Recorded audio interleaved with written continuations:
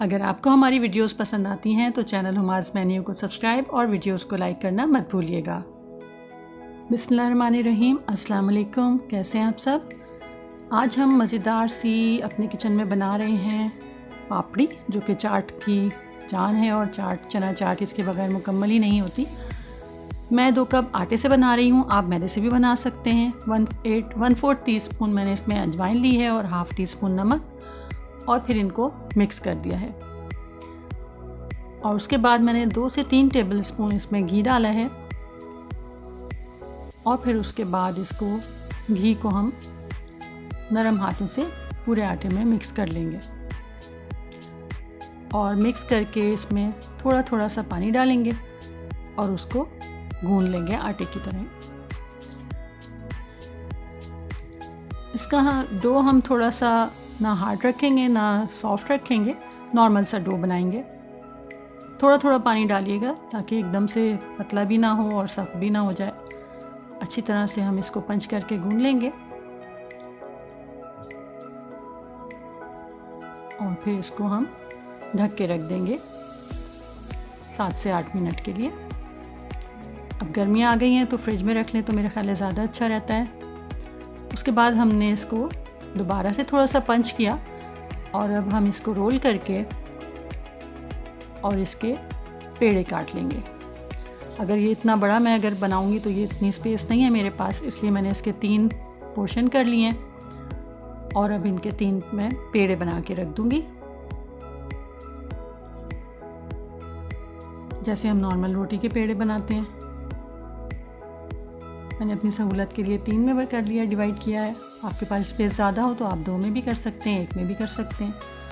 अब मैं इसको रोटी की तरह ही बेलना शुरू करूँगी, थोड़ी सी ड्राई आटा लगा के।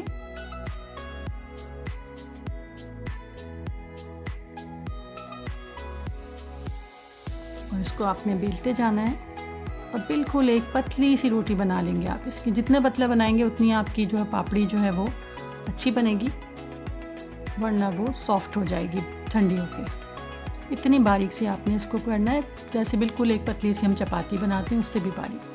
फिर उसके बाद आप कोई भी कटर ले लें, ग्लास ले लें, कुकी कटर ले लें, किसी भी चीज़ से आप इसके राउंड इसके सर्कल काट लें। मैं ये कुकी कटर से भी कुछ बना रही हूँ, ऐसे देखने में अच्छे लगते हैं, वैसे खाते तो हम इसको तोड़ कर ही हैं। इसको प्रिक भी ज़रूर कीजिएगा, क्योंकि अगर आपने ये नहीं किया तो ये फूल भी सकती हैं और वो फिर गोलगप्पे वाले जो आपके बन जाएंगे फूल कर। अब हम इन्हें ऑयल थोड़ा हमने गरम रखा है, मीडियम हीट पर ही। जब अच्छी तरह से गरम हो गया तो फिर हम एक एक करके इनको डालते जाएंगे।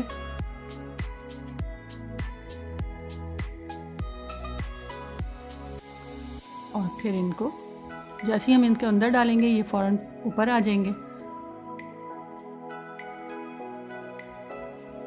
अब इन्हें हम गोल्डन कलर होने तक फ्राई कर लेंगे। जब एक साइड से हो जाएंगे फिर हम इनको पलटना शुरू करेंगे। अभी भी इनमें से कुछ फूल गए हैं क्योंकि वो सही से फ्रिक नहीं हुए होंगे।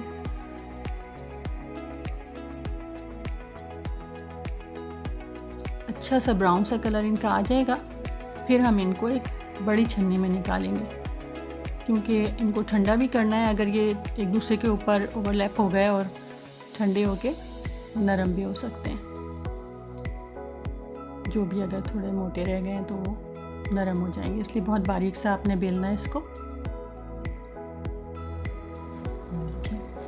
इस तरह से हम इसको छन्नी पे निकाल के अलग रख लेंगे और थोड़े से ठंडे हो जाएंगे तो हम इन्हें एक दूसरी प्लेट में फैला के रख देंगे।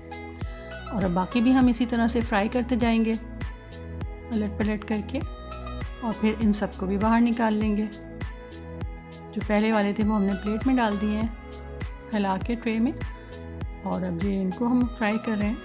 अब ये जो बाकी बचे हुए हैं इनको आपको ज़रूरी नहीं है कि आप दोबारा से इनको बेलें फिर काटें सब कुछ करें। मैंने इनको ऐसे ही फ्राई कर लिया और ये देखें इतने क्रिस्पी हैं, ये ठंडे हो गए हैं और बहुत क्रिस्पी हैं। चना चाट के लिए तो ये ज़रूरी होते हैं और इसके बगैर चाट मज़े की भी नहीं लगती। ये देखिए मैंने जो काट के रखे थे उनको पीसेस को मैंने ऐसे ही फ्राई कर लिया, क्योंकि हमें ये तोड़ तोड़ के ही खाने होते हैं, तो दोबारा से मेहनत करने से बेहतर है इनको ऐसे ही फ्राई कर लें। ट्राई कीजिएगा, बहुत अच्छी बनती हैं, करारी क्रिस्पी। और आपकी चना चाट को दुबाला कर देंगी। फिर मिलेंगे किसी और अच्छी रेसिपी के साथ। इजाज़त दीजिए। अल्लाह हाफिज़।